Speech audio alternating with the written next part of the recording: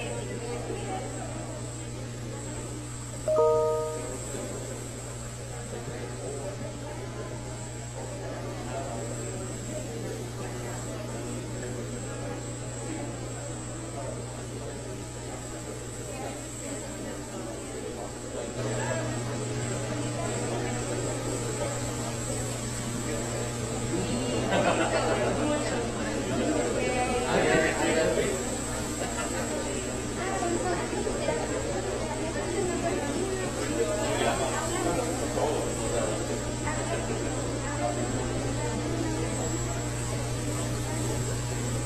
Ok. 。 。 。 。 。 。 。 。 。 。 。 。 。 。 。 。 。 。 。 。 。 。 。 。 。 。 。 。 。 。 。 Ok. 。 Ok. 。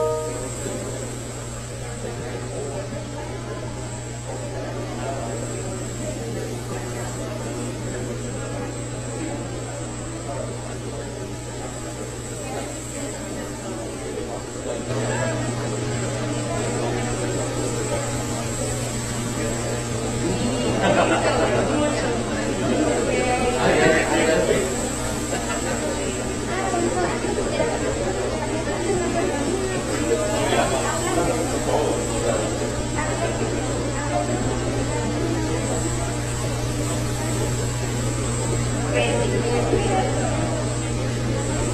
Ok. Ok.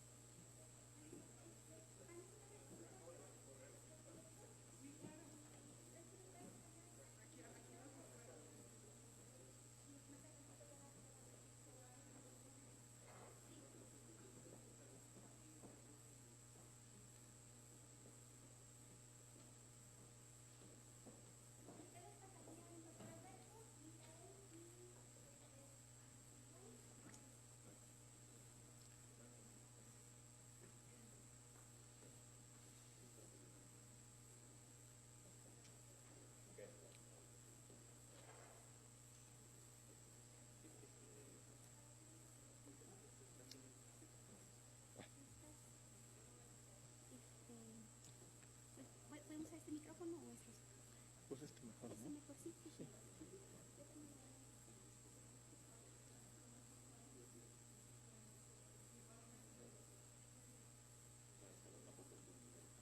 ¿Y si está prendido este? No sé. Bueno, hola. Sí va.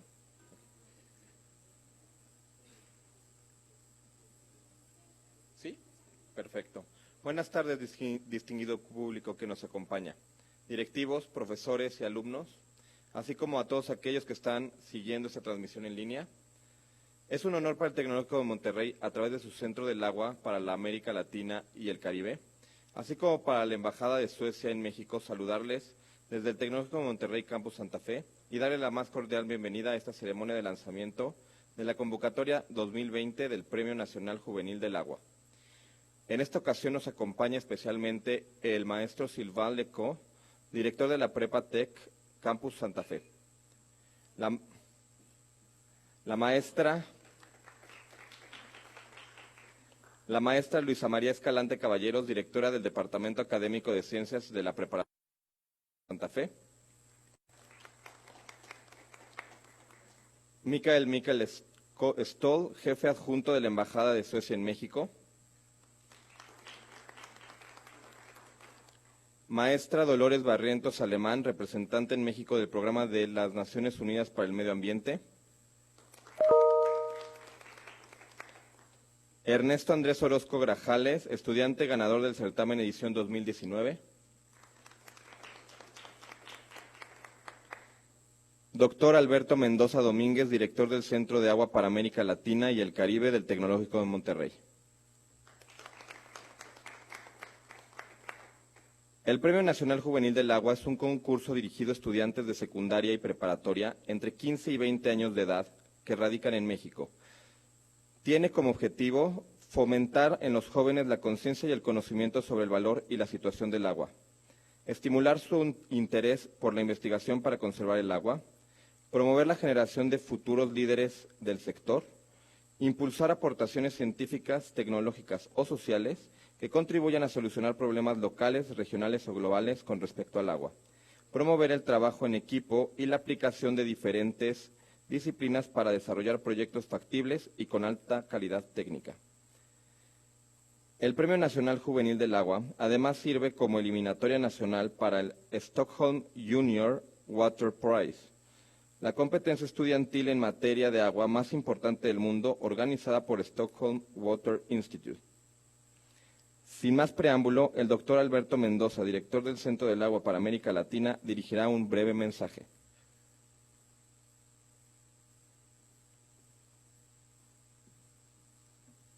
Muchas gracias y sí prometo ser breve. Pues bienvenidos a todos, estamos muy contentos de estar en este lanzamiento que por segundo año consecutivo realiza el Tecnológico de Monterrey junto con la Embajada de Suecia. Y en primer lugar, pues dar la bienvenida a nuestros invitados, representantes y amigos de la Embajada. Michael, muchas gracias por estar aquí. Envíale nuestro mejor saludo a la embajadora. También muchas gracias al Campus Santa Fe por prestarnos el lugar para poder llevar a cabo este lanzamiento de la convocatoria. Muchas gracias al director de la prepa del Campus Santa Fe.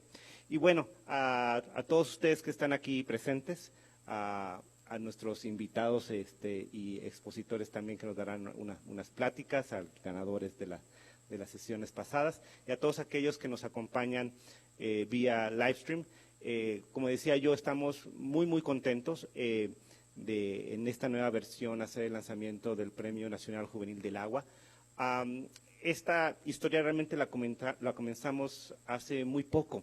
Recuerdo hace un par de años que tuve la fortuna de estar en la Semana Mundial del Agua en Estocolmo, donde a partir de una conversación realmente de pasillo, empezamos junto con los organizadores del Premio Mundial y con los representantes de la Embajada a poder empezar a vincular un poco lo que es el Tecnológico de Monterrey, que siempre ha estado presente en esas actividades, pero de manera un poquito más enfática, y tenemos hoy en día la fortuna de que la embajada y SIWI nos han conferido el liderazgo en poder llevar este premio y esta convocatoria a toda la República Mexicana. Y es algo que nos enorgullece mucho. Este premio es para todos aquellos jóvenes de la República Mexicana que estén cursando ya sea secundaria o la preparatoria de cualquier institución educativa, y eso lo hace muy poderoso. Y también asimismo por la respuesta que tuvimos afortunadamente el año pasado en nuestra primera experiencia, salimos muy contentos, sobre todo en ver el gran entusiasmo que tenemos en las nuevas generaciones en poder plasmar sus ideas y sus intereses en actividades de este estilo, ¿no? Y algo que realmente también nos emocionó muchísimo fue que al momento de estar viendo los diferentes proyectos que nos llegaban a nuestras manos de los jóvenes, es que realmente no se enfocaban exclusivamente a tratar de lidiar con el tema del objetivo 6 de los ODS, sino que realmente en la mente de ellos empieza a haber una interconexión de los puntos, y si vemos una matriz de los Objetivos de Desarrollo Sustentable, rápidamente cae en la cuenta de que si haces algo que tiene que ver, por ejemplo, con el objetivo de consumo responsable, eso realmente también tiene un impacto muy fuerte en lo que uno pudiera estar desarrollando para el objetivo de agua limpia para todos, ¿no? Entonces, no es el tema exclusivamente de tratar de limpiar nuestros cuerpos de agua, es cómo evitamos que estén contaminados,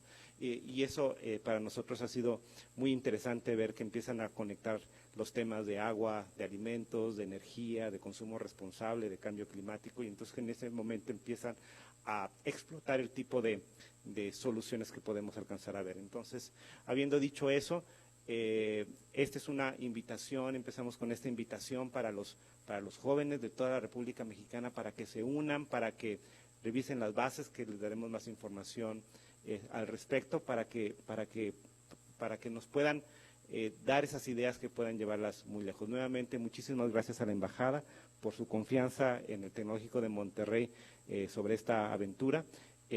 A la gente del Campus Santa Fe, muchas gracias por hospedarnos el día de hoy, y bueno, felicidades a todos. Gracias. Muchas gracias, doctor, por sus apreciables palabras. Ahora cedemos la palabra al doctor Sylvain Lecaux, director de Prepa Tech Campus Santa Fe. Hola, buenas tardes. Voy a ser súper breve.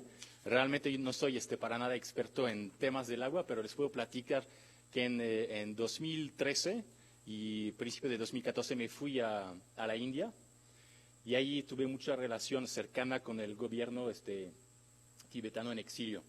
Y me dieron unas estadísticas, o sea, seguí en contacto con ellos, y me dieron estadísticas muy preocupantes sobre, pues, realmente la meseta tibetana, o sea, lo llaman el tercer polo, realmente por la cantidad de hielo que hay allí. Y solo unos datos para que vean, o sea, lo vemos súper lejano, pero realmente esa meseta tibetana afecta los monzones, afecta el clima en Asia y también hasta Europa. Entonces, unos datos súper impactantes.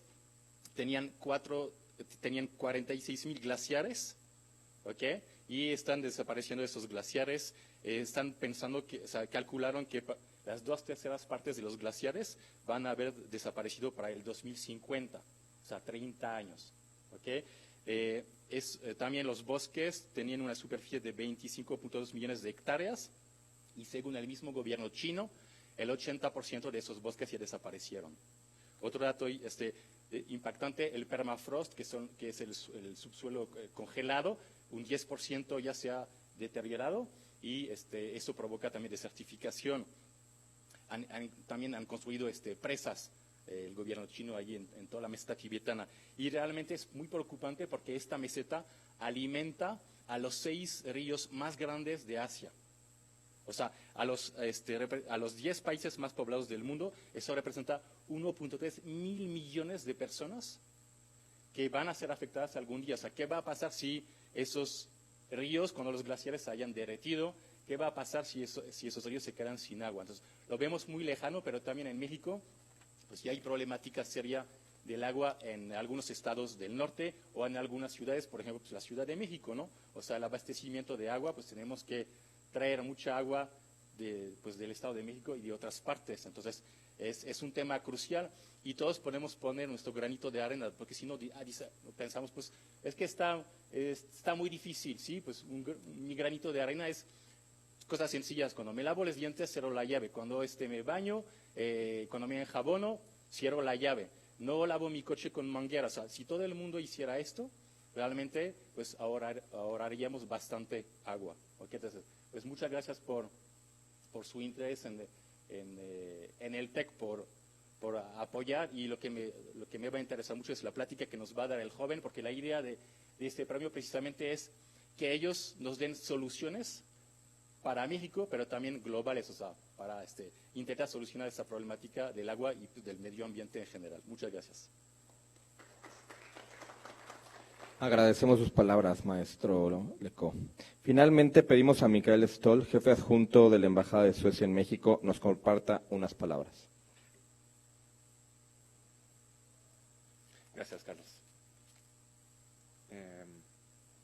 Bueno, yo tenía un discurso un poco formal, tal vez, para el evento.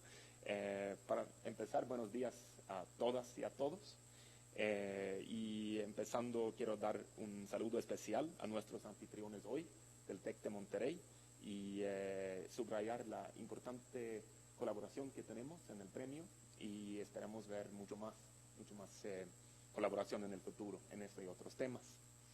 Especialmente entonces dar las gracias a Alberto Mendoza, el director del Centro del Agua, quien coordina el premio justo, y también a Sylvain Lecos de Prepatec. Además, me da mucho gusto, tanto por la igualdad de género, más que todo porque aquí somos solo hombres en el panel, pero aquí vamos a tener el gusto de que nos acompaña hoy Dolores Barrientos, la representante de la ONU Medio Ambiente en México. Muy bienvenida, y espero también ver más colaboración con ONU Medio Ambiente en este y otros asuntos de parte de la embajada. El gobierno, nuestro gobierno colabora muy de cerca con ONU Ambiente. Y también me va a dar mucho gusto entonces escuchar su discurso, la presentación sobre ese importante tema de agua y el cambio climático, que como Sylvain nos platicó algunos ejemplos, tal vez mejor hablar de una gota de agua que grano de arena en este sentido, pero creo que esa combinación es muy importante. Entonces, muy bienvenida. Es un privilegio y un enorme placer estar aquí representando el gobierno de Suecia en un evento y un proyecto y un premio tan importante para nosotros, que nos permite conocer el talento, la creatividad y el entusiasmo de los innovadores jóvenes mexicanos. El agua es un elemento fundamental para la vida, y su abundancia o su escasez puede facilitar o obstaculizar el funcionamiento de nuestras sociedades. En las próximas décadas, la falta del agua potable se convertirá en uno de los problemas más graves de nuestro planeta. Para el gobierno de Suecia, entonces, el cuidado, el manejo y la conservación del agua son una prioridad. El agua es un recurso vital, así como la salud de los océanos y los otros cuerpos de agua, la cual determina el equilibrio de la naturaleza y el bienestar de todos los seres vivos. Actualmente, los ríos, los lagos y los océanos, como se sabe, se encuentran en una condición crítica debido a la actividad humana.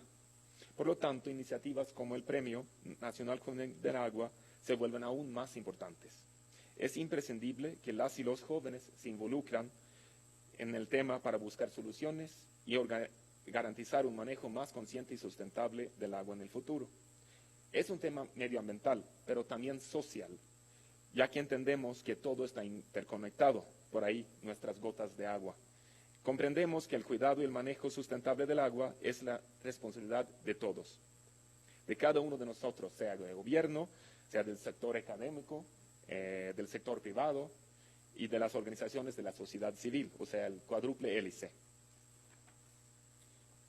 Todos los años, la Semana Mundial del Agua en Estocolmo, que mencionó aquí Alberto, organizado por el Stockholm International Water Institute, reúne a las mentes más brillantes para sumar esfuerzos y conocimiento y para encontrar soluciones sustentables en cuanto al manejo del agua. Durante el evento se entrega el premio del agua más prestigiado del mundo, el Premio de Agua de Estocolmo, pero también el Premio de Estocolmo a la industria del agua y el Premio Nacional Juvenil del Agua, que premia la creatividad y la capacidad de los jóvenes. Entonces, los últimos 23 años, el Premio Juvenil del Agua de Estocolmo ha reunido a cientos de miles de jóvenes de 15 a 20 años de todo el mundo. La competencia reúne mentes jóvenes imaginativas, alentando su continuo interés en el agua y los problemas de sustentabilidad. El gobierno de Suecia se siente sumamente orgulloso de trabajar con el México en temas relacionados con el agua y el medio ambiente. México cuenta con una inmensa riqueza de recursos naturales que están amenazados debido a una variedad de factores. Y la realidad que se vive hoy en Suecia fue resultado de un camino similar al que atraviesa México actualmente. En Suecia tuvimos problemas medioambientales importantes, los cuales logramos revertir de lo que sea posible para un país. También es un problema global, ¿no? Y no conoce fronteras. Gracias a la participación de los ciudadanos, las iniciativas innovadoras de los sectores privado y académico, y con el fuerte compromiso político y financiero del gobierno.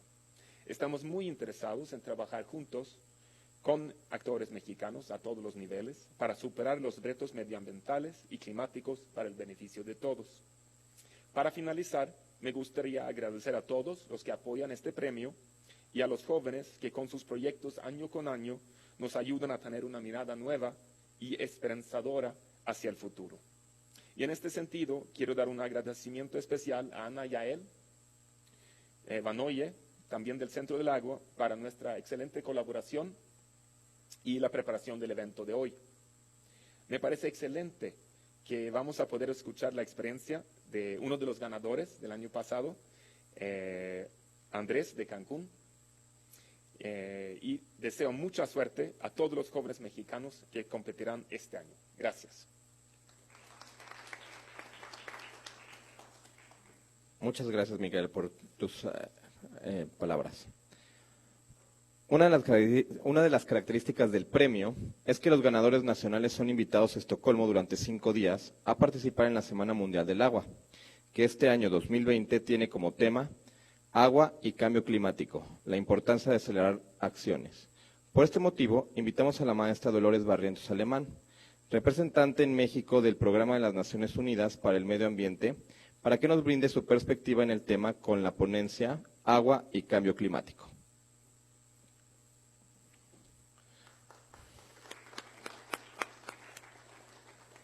La maestra Dolores Barrientos es originaria de Ciudad Victoria, Tamaulipas, y cuenta con una licenciatura en Economía, con mención honorífica del Tecnológico de Monterrey, además de una maestría en Administración Pública en la Escuela John F. Kennedy de la Universidad de Harvard. La maestra Alemán se desempeña como representante en México del Programa de las Naciones Unidas para el Medio Ambiente desde el 2011. Durante su mandato, ha diseñado e implementado importantes proyectos relacionados a la conservación de la biodiversidad y el combate a la pobreza, cambio climático, manejo sostenible de sustancias químicas y promoción de energías renovables. Asimismo, Dolores ha impulsado la iniciativa de economía verde en los diferentes sectores del país y participado activamente en el proceso de reforzamiento del marco legal ambiental de México a través del impulso de nuevas leyes, como la Ley General de Cambio Climático 2012 y la Ley de Transición Energética 2015. Los dejo con la maestra Alemán.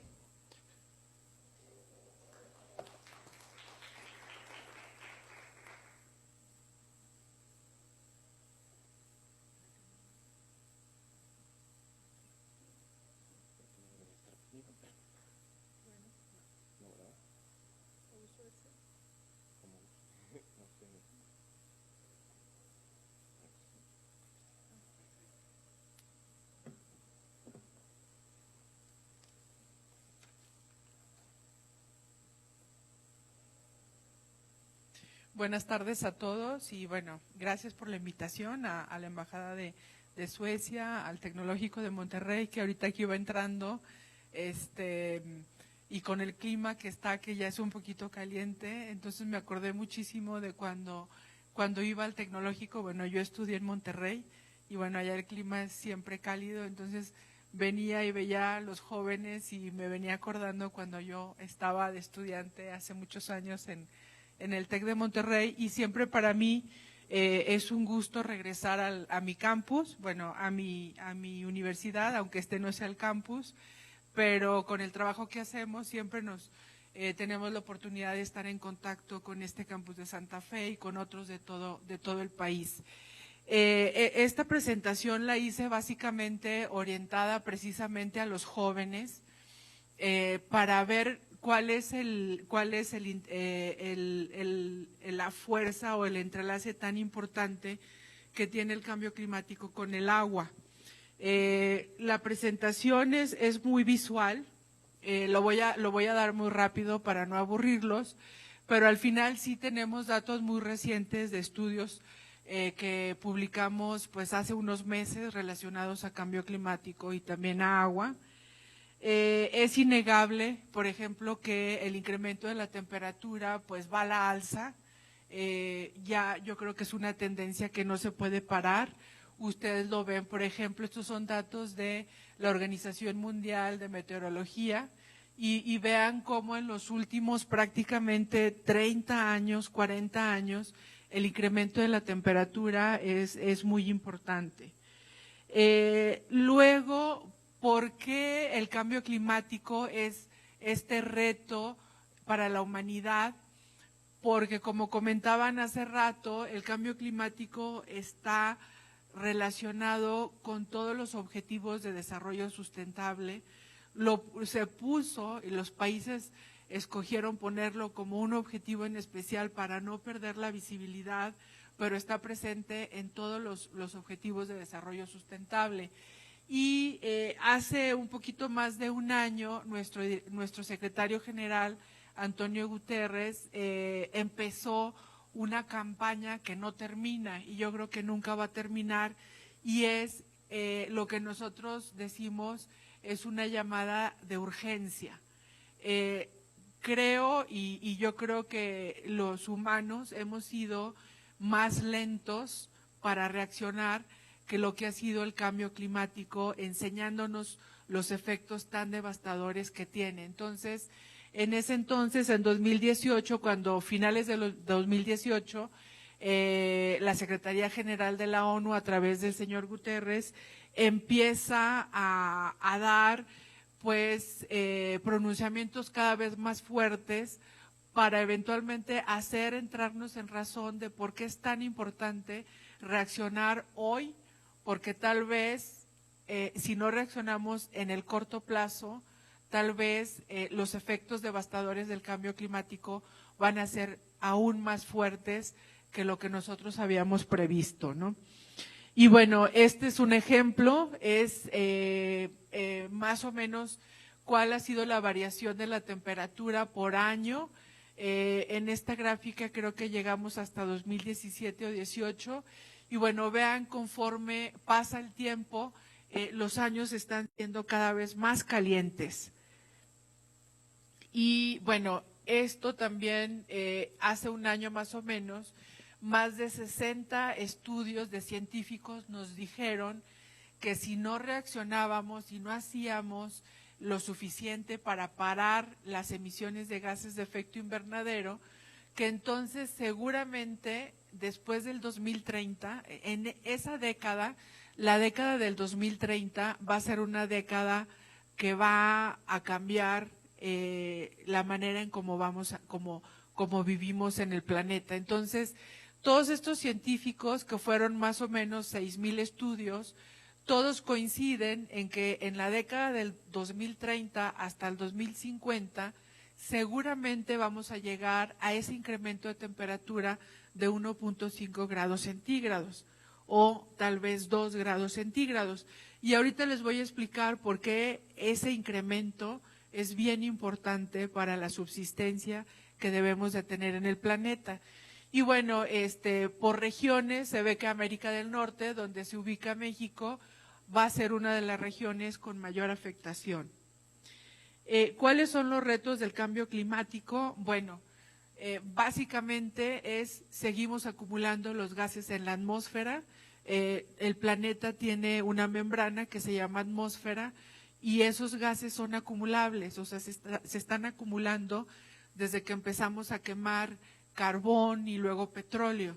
Entonces, no hay manera de que eso se vaya, ahí está. Entonces, hay veces que la gente que tal vez no entienda mucho del cambio climático, no razona que todas las emisiones que estamos provocando son acumulativas, históricas y acumulativas, ¿no? Y bueno, el nivel 0 o el nivel 1 de esas emisiones de gases de efecto invernadero es un tema también de salud global y es uno de los grandes retos de salud que tenemos, que es la contaminación del aire, ¿no?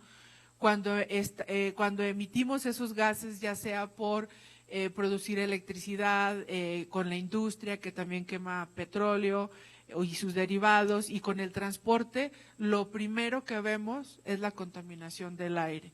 Y luego ya esos gases se van más arriba y se empiezan a acumular en la atmósfera. Entonces, tenemos 7 millones de muertes prematuras por contaminación del aire, que es el efecto de esas emisiones.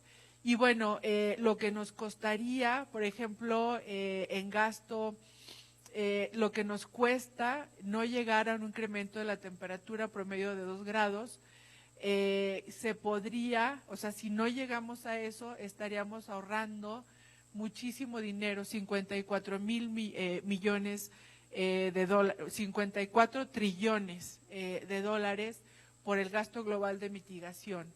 Entonces, siempre es mucho más económico mitigar y hacer todo lo que tendríamos que estar haciendo para bajar las emisiones que pagar los costos de los impactos del cambio climático.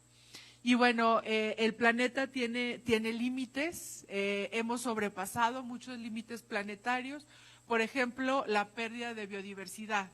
Hemos estado cuantificando también en Naciones Unidas cuántas especies se han perdido y ya llevamos a lo mejor más de 1 millón de especies y el conteo sigue y sigue, y gran parte de esa pérdida de especies, de animales y plantas que no resisten el cambio de la temperatura, ya sea en los océanos o en ecosistemas terrestres, precisamente se llama el cambio climático, ¿no?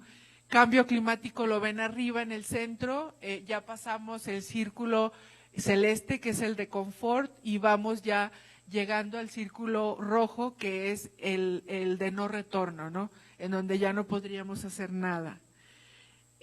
¿Por qué decimos que es muy importante y que los impactos del cambio climático son importantes para las economías y los países?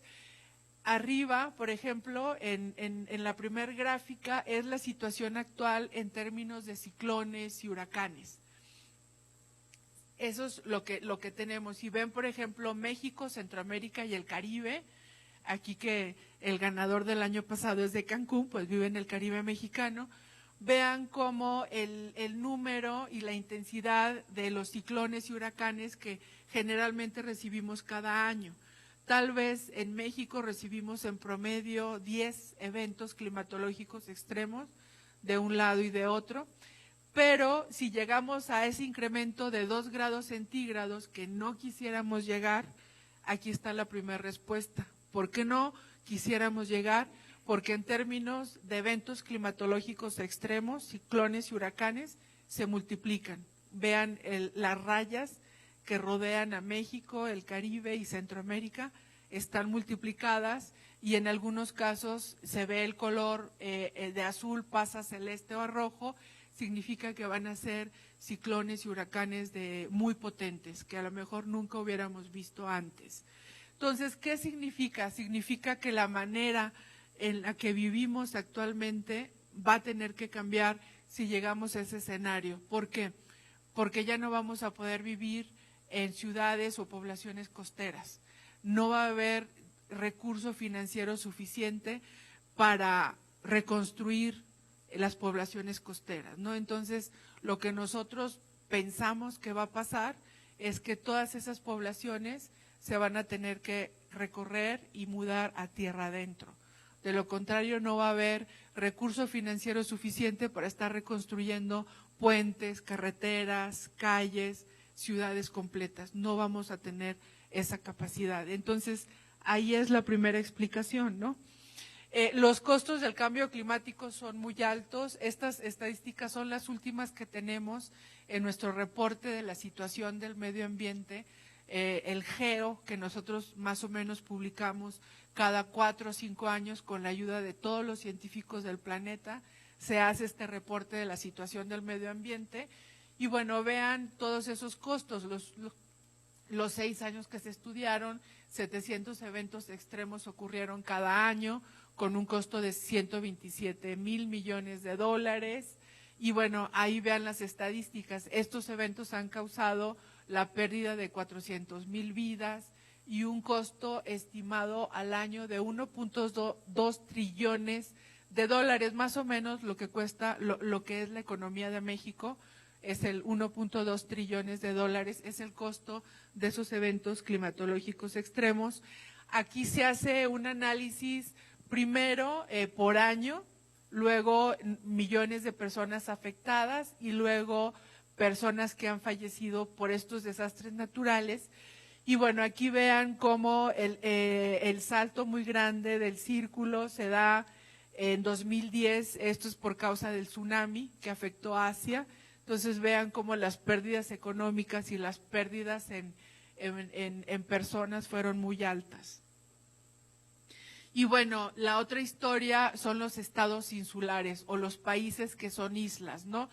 Y uno pensaría y dijera, bueno, pues sí son esas islas pequeñas que están en el Pacífico y que bueno, si se incrementa el nivel del mar, pues van a desaparecer.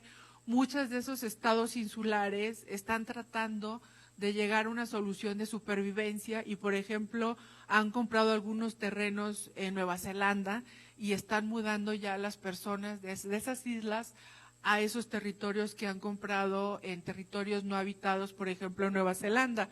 Pero uno siempre relaciona los efectos del cambio climático con pues los países en vías de desarrollo o los países que tal vez las economías no están tan avanzadas. Pero hace una semana o 2 semanas vimos cómo Inglaterra, o sea, esos eventos de inundaciones, de devastaciones, pues está llegando también a países desarrollados, ¿no? Inglaterra en pocos días recibió 2 tormentas y bueno, los efectos y los costos que causaron esas 2 tormentas, pues fueron igualmente devastadoras que lo que pudo haber pasado en otro país no tan, con una economía tan sólida como lo es la del Reino Unido, ¿no? Esta es la historia de cómo hemos perdido nuestros bosques. Arriba es más o menos la fotografía de la cobertura forestal cuando nace el planeta. Vean, por ejemplo, el continente europeo, pues era una zona llena de bosques. La Amazonia, la mitad de Sudamérica era pues una cobertura boscosa. El centro de África, muy verde, a lo que ahora es India, China y todos estos países del sureste asiático, pues eran bosques y selvas muy bonitas, impresionantes. Y bueno, hicimos una fotografía hacia el 2005, cómo se veía esa cobertura forestal. Y bueno, vean, es la historia de la humanidad, ¿no? O sea, cómo en Europa, pues casi ya, una vez dije que no había ya bosques en Europa, y alguien dijo, no, sí todavía tenemos 3 arbolitos, pero los tenemos bien cuidados, ¿no? Pero en general, pues es un continente totalmente desarrollado, con muchísimas poblaciones. Vean la pérdida tan fuerte que se ve en el caso de Asia, o sea, cómo en Asia se perdió casi toda la cobertura forestal, y en esta fotografía no se ve mucho el cambio, pero los 2 grandes pulmones de la humanidad, que es la Amazonia y el Congo en el centro de África, son los que tienen las tasas de pérdida más fuertes en los últimos años. Y eso básicamente está relacionado con el cambio de uso de suelo. ¿Por qué? Porque pues seguimos consumiendo alimentos, sí, muchísimos alimentos. Ahorita les voy a explicar alimentos en exceso que luego tiramos. Y bueno, gran parte de muchos granos y muchas carnes que consumimos podrían venir tal vez de la Amazonia, estoy segura que vienen de ahí. El otro tema de por qué, y aquí ya vamos a hablar del agua, por qué el cambio climático y el agua tienen mucho que ver, porque yo creo que el impacto más fuerte que tiene el cambio climático es en la escasez hídrica. Y mucha gente puede decir, no, pero si se están deshielando los polos y se va a incrementar el nivel del mar, pues vamos a tener mucha agua.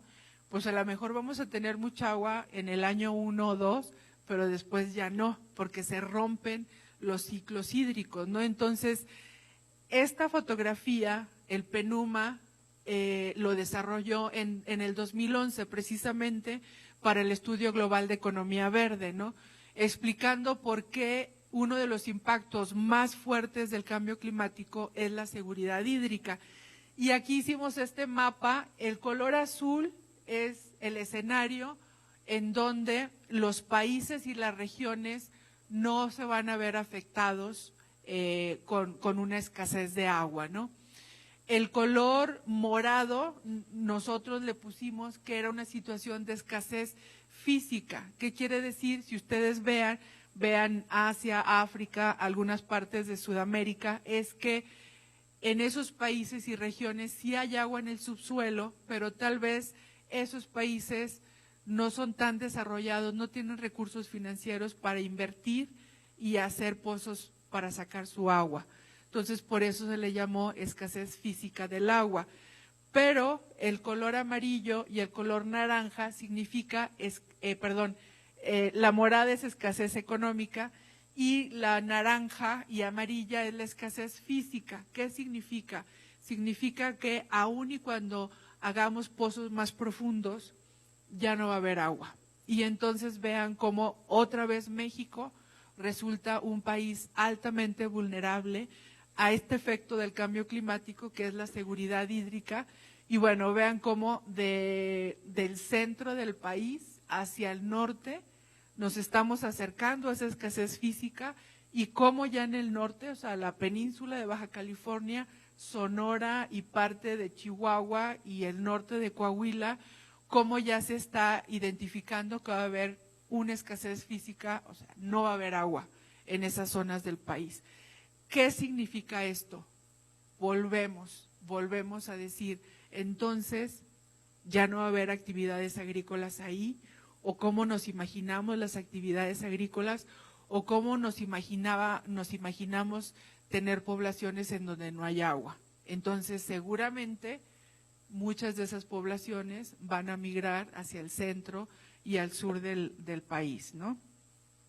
Por eso, cuando decimos que México es uno de los países altamente vulnerables al cambio climático, son 3 factores.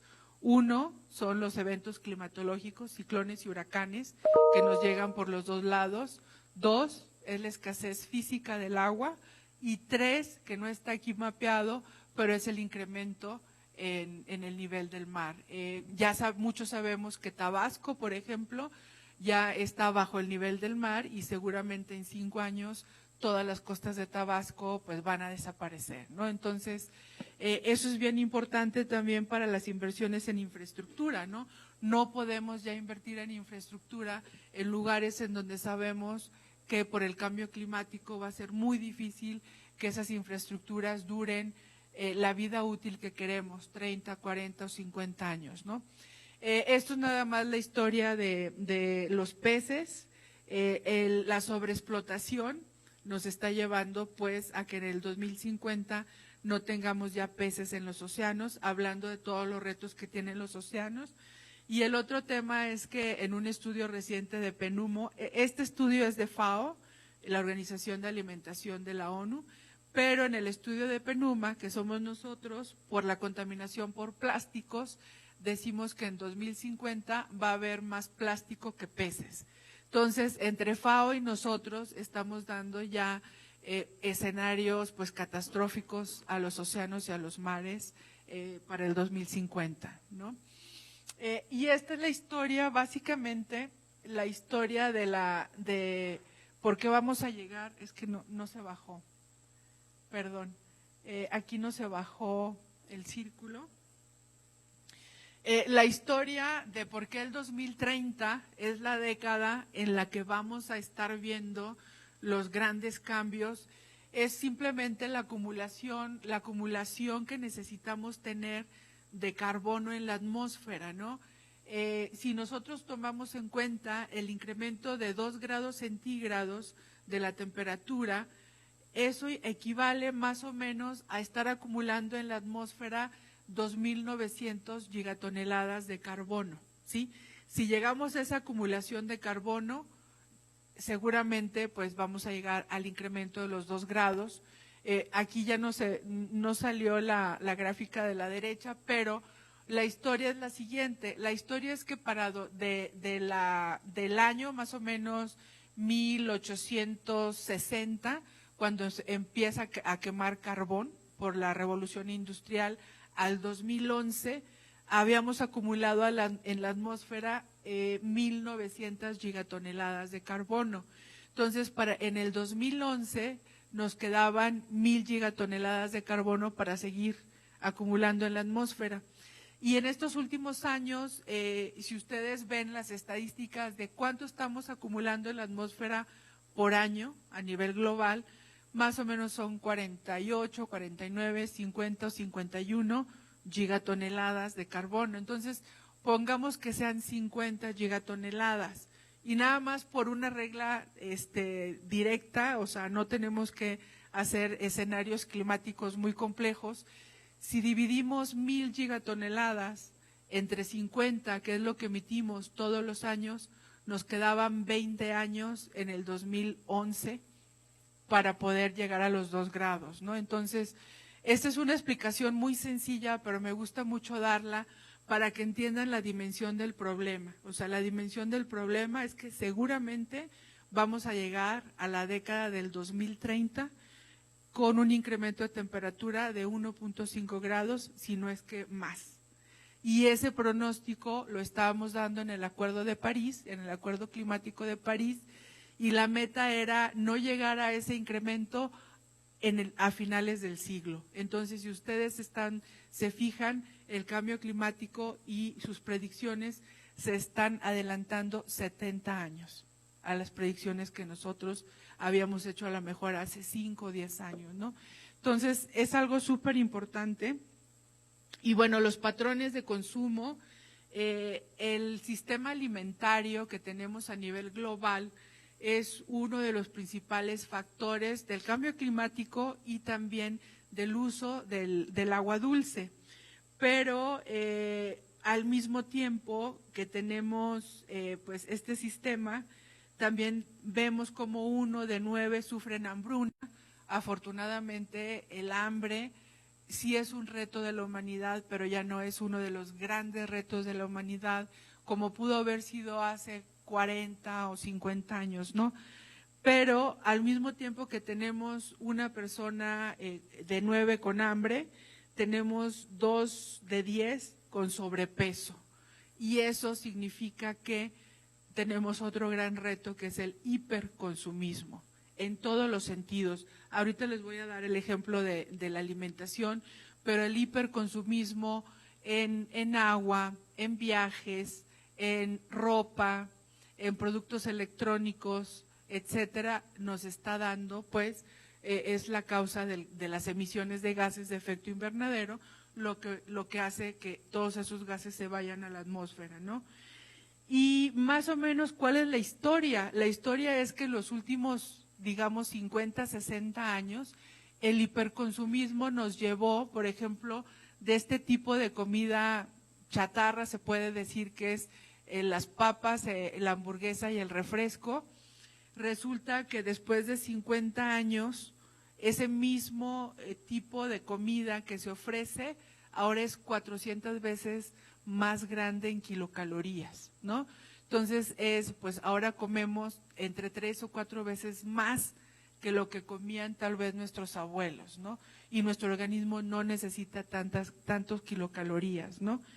Pero lo dramático de esta historia del hiperconsumismo en la alimentación es que imagínense en el mapa de la cobertura forestal todos los bosques y selvas que se están cortando para sembrar granos o para poner a pastar animales y tener estos alimentos, se cortan, se pierden animales y plantas que generalmente pues ya no regresan si se extinguen, pero tiramos el 30% de los alimentos. Entonces, cada que ustedes vean que se tiran alimentos, relaciónenlo por favor a que se perdieron bosques y selvas, animales y plantas, para que nosotros estemos tirando toda esa comida que nos sobra y dicen, no, pues me sirvieron mucho y ya no quiero y la tiro, ¿no? Y bueno, esa es la tragedia y bueno, gran parte de estos alimentos consumen muchísima agua, ¿no? El sector agrícola, como les comentaba, 80% es el causante del 80% de la pérdida de animales, plantas, de la deforestación que se hace en lo que todavía nos queda con bosques y selvas.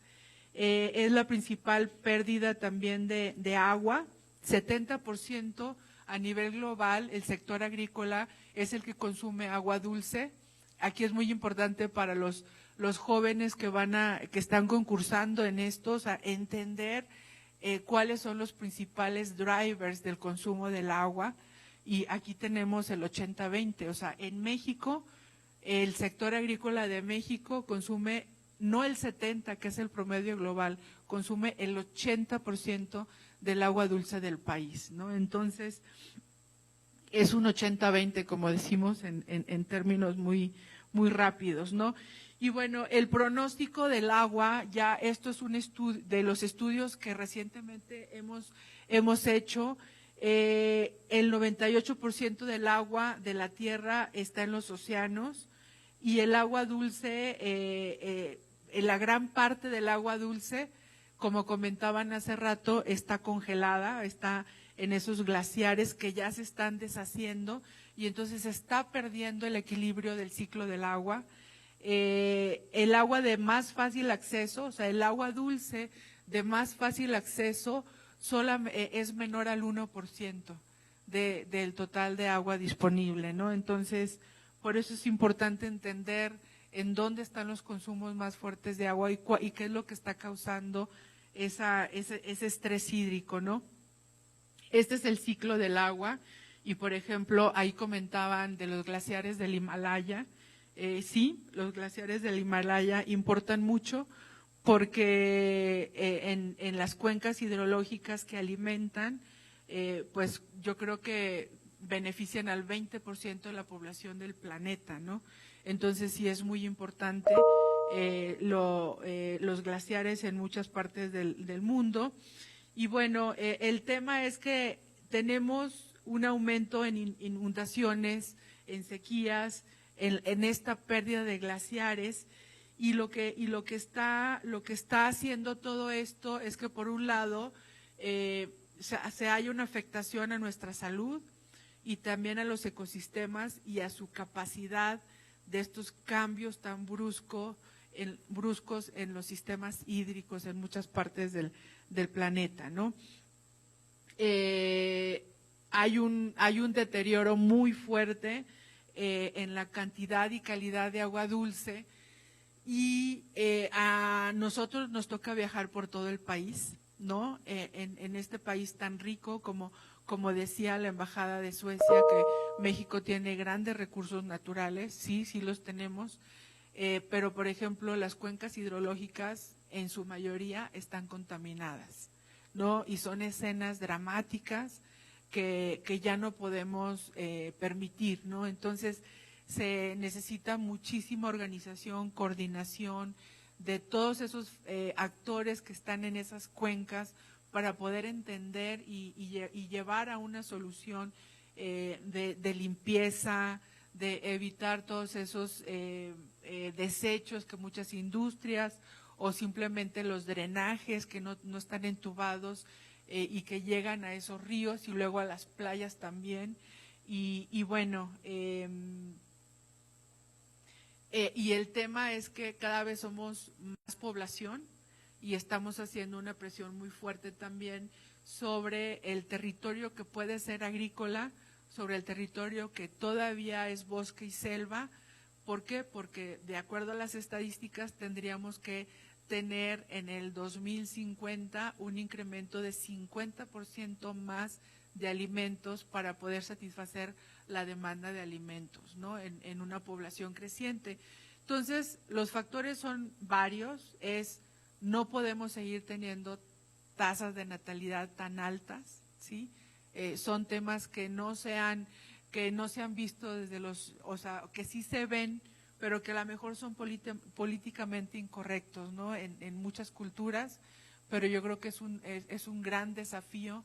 No podemos tener una población, tasas tan altas de crecimiento, pero aún y cuando tengamos tasas muy altas, tal vez digamos, bueno, pues esas poblaciones en países en vías de desarrollo a lo mejor tienen huellas de biocapacidad, o sea, todo su consumo a lo mejor es muy por abajo del nivel del promedio global, pero resulta que los países desarrollados, por ejemplo, pueden tener un consumo 12 veces más grande que una persona en África, ¿no? Entonces, tal vez tengamos familias muy compactas en Europa o en Norteamérica, incluso ya en México, pero todavía nuestro biocapacidad medidas en hectáreas por persona están alrededor de 2 hectáreas por persona, mientras que en países en vías de desarrollo su consumo por hectárea equivalente está a lo mejor en 1 hectárea o menos, ¿no? Entonces sí tenemos que entender que la población, el hiperconsumismo son 2 factores que son los que está haciendo la degradación de los recursos naturales del planeta, ¿no? Y bueno, aquí hay algunos temas también del estudio.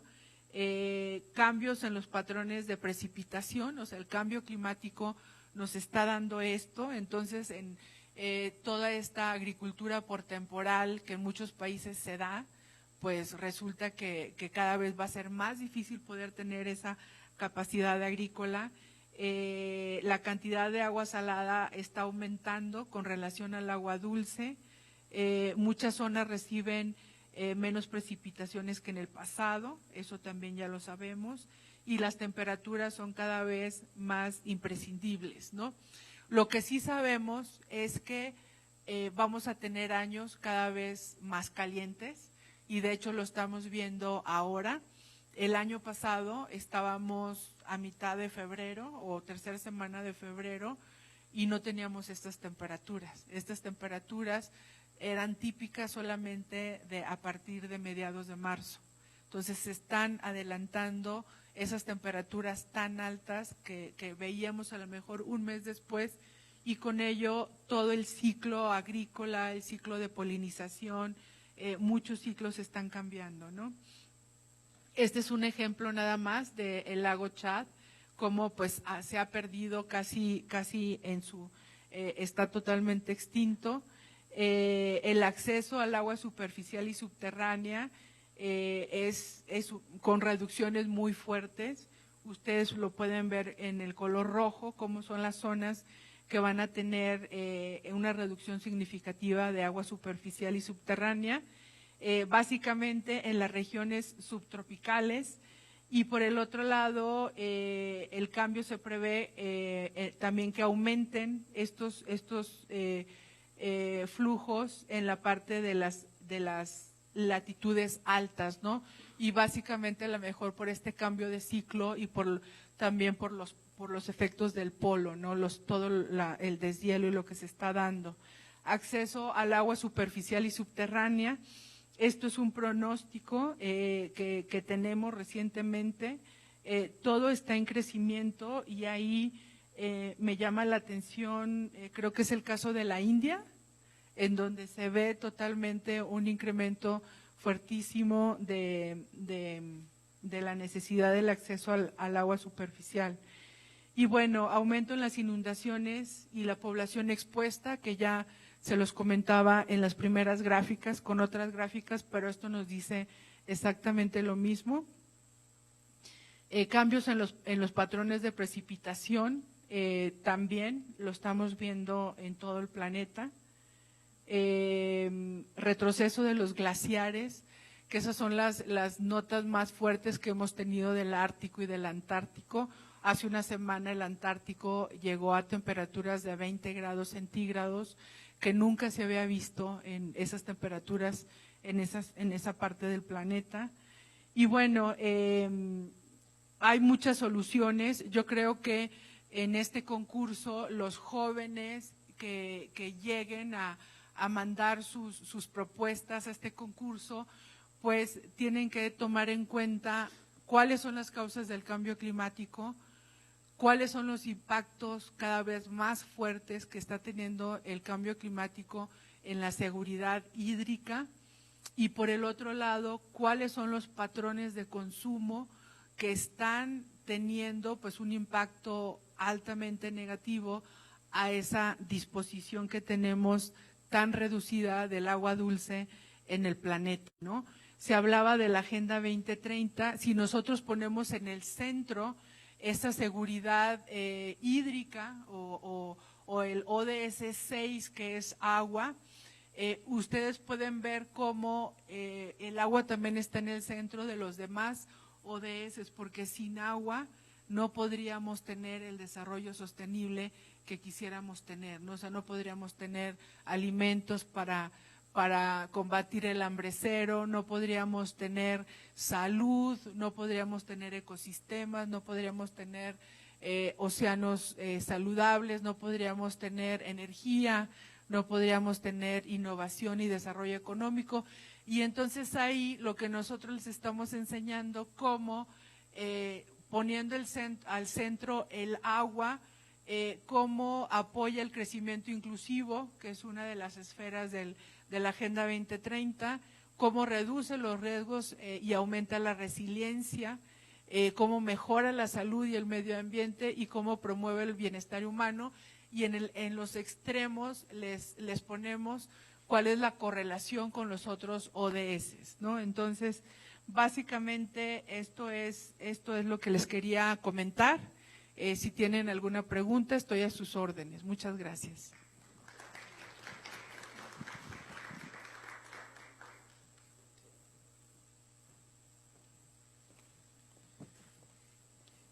Muchas gracias, maestra Barrientos. Una vez que conocemos un poco más sobre la importancia de acelerar acciones en el tema del agua y cambio climático, ¿quién mejor que nuestros ganadores nacionales para platicarnos lo que implica vivir este certamen? Invitamos a Ernesto Andrés Grajales Orozco, en también representación de Mario Isidoro Rodríguez Esposito, ambos originarios de Cancún, Quintana Roo, quienes como estudiantes de la Cancún Modern Academy y bajo la tutoría de la profesora doctora Carla Rivera, resultaron ganadores de la edición 2019 con su proyecto Life Powder, polvo purificador de agua, quienes nos va a comentar su experiencia.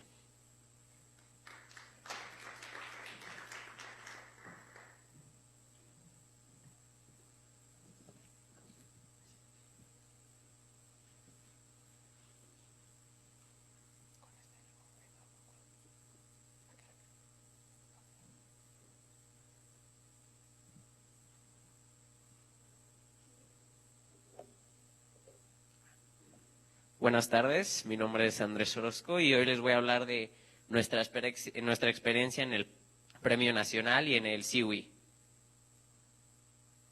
¿Cómo empezó todo? Pues todo empezó cuando la Embajada de Suecia nos presentó la convocatoria en Cancún, porque nunca nadie de Cancún había participado en el premio.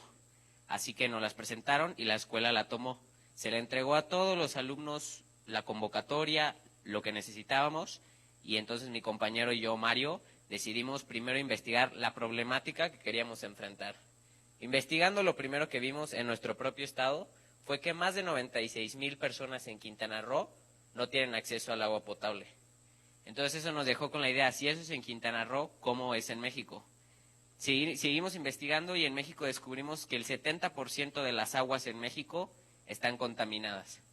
Entonces decidimos crear algo que pudiera ayudar a comunidades, ayudar a personas que no tienen acceso al agua potable. Una pequeña introducción sobre el proyecto. El polvo de la vida o The Life Powder. El polvo de la vida es un polvo que flocula y purifica el agua a base de 3 ingredientes naturales: tamarindo, moringa y acacia. Lo que hace es separa el agua y baja toda la suciedad y la flocula. Pero de lo que más les vengo a hablar hoy es de la experiencia.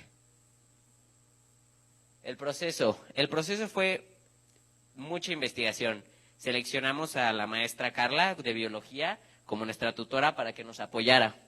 Gracias al CICI, un centro de investigaciones de Yucatán, nos ayudaron a hacer diferentes pruebas de patógenos, todas las pruebas de las bacterias, cloroformos, todo. Hicimos varias pruebas, ese es mi compañero Mario. ¿Y cómo fue nuestra participación en el premio? Bueno, al ser seleccionados, al enviar con otros 9 proyectos de la misma escuela, fuimos seleccionados para venir aquí al Campus Santa Fe para presentar nuestro proyecto. Tuvimos pudimos conocer a diferentes personas de diferentes estados, diferentes proyectos, conocer problemáticas de diferentes estados.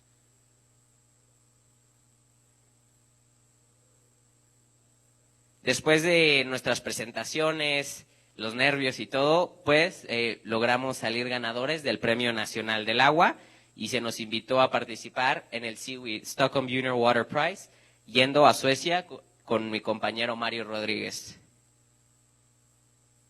La preparación. Tuvimos que volver a hacer una preparación muy larga para poder llevar nuestro proyecto a Suecia. Seguimos haciendo pruebas para poder mejorar el polvo.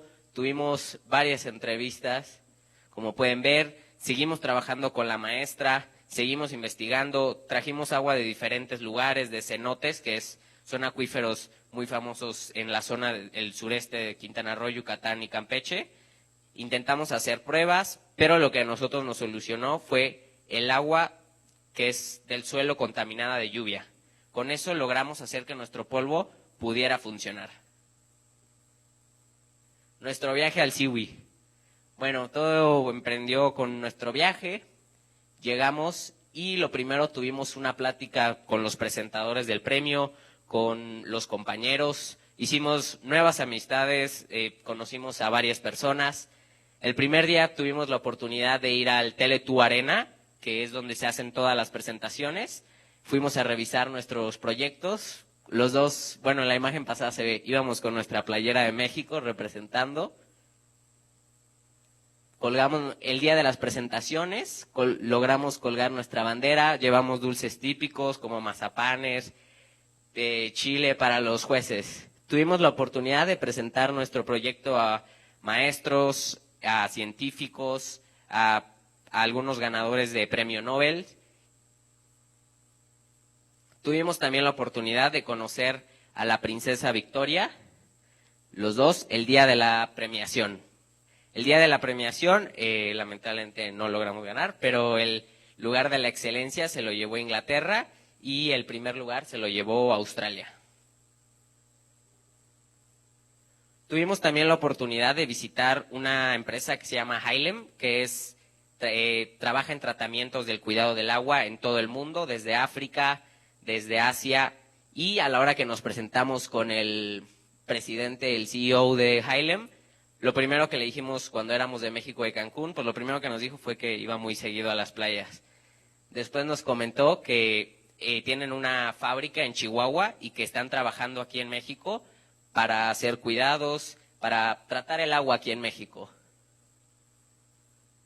Obviamente tuvimos la oportunidad de hacer varios amigos holandeses, de todas partes del mundo, y no solo fue para hacer amigos, sino para conocer la problemática de sus países, en qué están trabajando ellos, cómo es su cultura.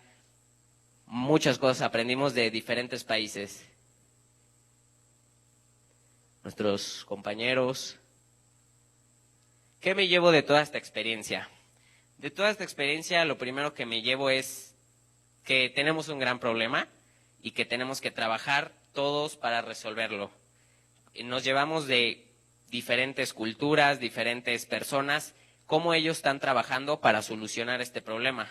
Tuvimos la oportunidad también de estar en el premio del agua de los maestros y así, y tuvimos la oportunidad de ver a la ganadora, una señora de Sudáfrica. Tuvimos la oportunidad de conocerla, nos dio unas pláticas, tuvimos varias oportunidades con varios oradores que se sentaban con nosotros cómo era tu país, cómo era la problemática que tú tenías, cómo la querías resolver y cómo afrontarla. También esto pues es para invitar a más jóvenes a venir al premio, y pues lo que nosotros pensábamos al principio era cómo en un polvo nosotros vamos a poder llegar hasta Suecia, y pues trabajando y trabajando descubrimos que con el trabajo y haciéndolo todo, haciendo investigaciones, todo se puede, y eso siempre se los decimos a otras personas cuando nos dicen qué les diríamos a otras personas, pues que sigan trabajando en sus proyectos, que si tienen algo que quieren demostrar al mundo, que no se lo queden, que participen en este tipo de eventos, aunque no sea del agua, que sea de cualquier proyecto para cuidar el medio ambiente, que lo exhiban, que lo cuenten, que lo trabajen, porque se pueden lograr grandes cosas con esto.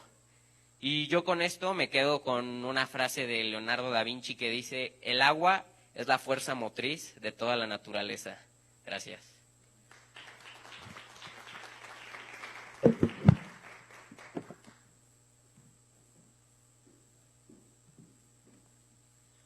Muchas gracias, Andrés.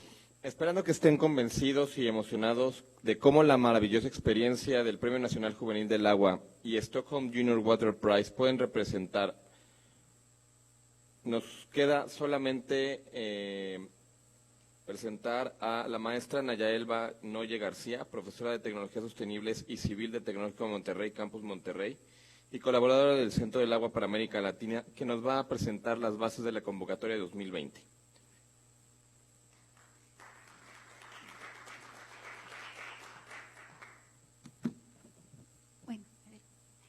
Primero que nada, muchas gracias, maestra Dolores, por la perspectiva que nos brindó sobre el problema del agua y el cambio climático, y Andrés por platicarnos su experiencia. La forma en que estructuramos esta sesión fue precisamente darnos cuenta, reconocer el problema y también que veamos lo que pueden hacer los jóvenes. Creo que la exposición de Andrés fue muy ilustrativa en cuanto a los alcances que tiene este premio. Por mi parte, yo también, en realidad, mi propósito es ser bastante breve, y lo que les quiero platicar más que nada es que ya está abierta la convocatoria, que a partir del día de hoy los estudiantes que quieran participar pueden hacerlo. Voy a platicarles un poquito algunas reglas básicas de la convocatoria, donde se pueden inscribir, y pues el objetivo principal es invitar a los chicos, a los jóvenes de secundaria y preparatoria a que participen y que nos brinden sus ideas, y que si tenemos suerte, pues también llevarlos a Estocolmo. Ya habíamos platicado a lo largo de esta sesión que el Premio Nacional Juvenil del Agua es una oportunidad para reconocer las aportaciones científicas, tecnológicas, sociales, que contribuyan a brindar soluciones a los retos locales, regionales y o globales con respecto al agua, y que estas iniciativas sean realizadas por jóvenes. A grandes rasgos, el concurso está abierto a chicos, estudiantes de cualquier estado de la República Mexicana, siempre y cuando tengan 15 a 20 años de edad y estén cursando la secundaria, preparatoria o equivalente. La participación se puede realizar en forma individual o en equipos de 2 personas. Ahora, ¿cómo participar? En realidad, el proceso de participación es muy simple. Se trata de generar una idea de proyecto, desarrollarlo. Para esto tenemos una plataforma, una página en internet que consiste en llenar una forma de registro con datos de identificación, datos de la institución académica, subir un reporte escrito de más o menos alrededor de 10 a 12 cuartillas máximo y un video muy cortito de 3 minutos. Toda esta información se sube en una página única y se hace el registro en esta página web. La convocatoria está abierta a partir del día de hoy, 24 de febrero, y va a correr hasta el 30 de abril a las 12 de la noche. Estará en premio redagualac.com. El tipo de proyectos con los que se puede participar prácticamente es cualquier proyecto relacionado con el tema del agua. Los temas pueden ir desde mejorar la calidad del agua, hacer una mejor gestión del recurso hídrico, protección al agua, aspectos sociales sobre el agua, educación sobre el agua, tratamiento de aguas residuales y contaminadas. Puede ser relacionado con ciencias naturales, ciencias económicas, ciencias exactas, ciencias sociales, ciencias aplicadas. El enfoque puede ser de realizar productos o procesos nuevos, mejorados o reutilizados, y el alcance puede ser local, regional, nacional, global. Se trata de recibir, idear proyectos que resuelvan las necesidades que tenemos sobre el agua en cualquiera de sus disciplinas, en cualquiera de sus alcances, en cualquiera de sus vertientes. La convocatoria inicia el día de hoy, como les comentaba, hasta el 30 de abril. A partir del 1 al 15 de mayo se realizará una evaluación. Una parte importante, y ahorita la voy a comentar, es que tenemos este concurso se realiza en 3 fases principales. Una fase regional, todos aquellos trabajos que reúnan los requisitos establecidos en la convocatoria concursan en la fase regional, y la notificación de estos ganadores regionales se daría el día 20 de mayo. En forma regional, por ejemplo, se van a reconocer a los 3 proyectos mejor evaluados por región, y tenemos para esto dividido al país en 8 regiones económicas. Sin embargo, además, el primer lugar regional de cada una de estas regiones será invitado a participar en la final nacional. Adicionalmente, de acuerdo a las evaluaciones recibidas, también se invitará a los 2 segundos proyectos mejor evaluados para participar en la final nacional, y que tengamos 10 equipos participantes. Una vez que ha pasado la etapa regional y que se tienen a los finalistas nacionales, estos finalistas presentarán sus proyectos en la semana del 25 al 30 de mayo en una final nacional, donde se elegirá al ganador, y el equipo ganador o representante va a viajar, se va a enviar su proyecto a más tardar el 10 de junio a la competencia internacional, y representará a México en la Semana Mundial del Agua durante el 22 al 27 de agosto. Los premios, como les comentaba, pues son a los 3 primeros proyectos mejor evaluados por región, se les dará un reconocimiento. El primer lugar regional automáticamente pasa a la final nacional, y los mejores proyectos en la final nacional tendrán estímulos económicos: 40,000 pesos al primer lugar, 20,000 pesos al segundo lugar y 15,000 pesos al tercer lugar, además de un estímulo económico para el profesor asesor del primer lugar. Los ganadores nacionales, como fue el caso de Andrés, viajan a la fase internacional, y de resultar ganadores en el Stockholm Junior Water Prize, recibirían un premio de $15,000, una escultura de premio de cristal azul, que se observa la ganadora, que fue el año pasado de Australia. Además, la escuela también recibe un diploma y $5,000, y se otorga un diploma de excelencia para el segundo lugar, junto con $3,000. Los premios creo que son muy atractivos, pero sobre todo lo que queremos es fomentar en los jóvenes la iniciativa de investigar sobre el tema del agua, de realizar proyectos, propuestas que puedan ser factibles, de emocionarlos en este tema, de que nos demos cuenta de que hay muchas cosas por hacer. Por nuestra parte tenemos diferentes medios de contacto. Toda esta información se encuentra en detalle en la convocatoria que está publicada en la página de internet. Sin embargo, tenemos otros canales, nuestras redes sociales, la página de Facebook del Centro del Agua de América Latina y el Caribe, un correo personal, y tenemos también presencia en Instagram. Lo que queremos, creo que lo quiere Andrés, lo queremos nosotros, lo queremos todos, queremos cambiar el mundo desde México, y por eso los invitamos a participar en esta iniciativa. Queremos verlos a todos ahí. Muchas gracias.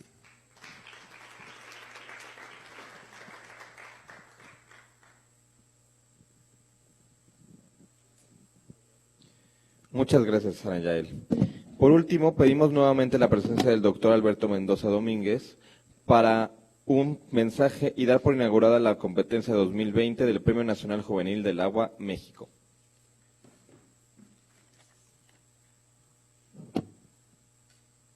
Pues nada, creo que los mensajes están ahí. Estamos, como decía yo en mi primera intervención, muy contentos y muy emocionados de organizar esta edición del Premio Nacional Juvenil del Agua 2020.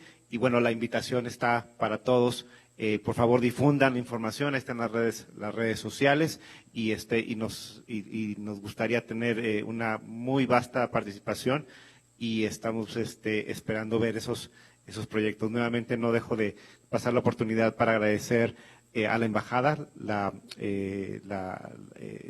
confianza hacia el Tecnológico de Monterrey, nuevamente al Campus Santa Fe, muchas gracias por recibirnos, a todos ustedes muchas gracias, y sin lugar a dudas a mi equipo de trabajo liderado por Anayael, todo este esfuerzo que lo seguiremos abordando. Muchas gracias a todos, buenas tardes.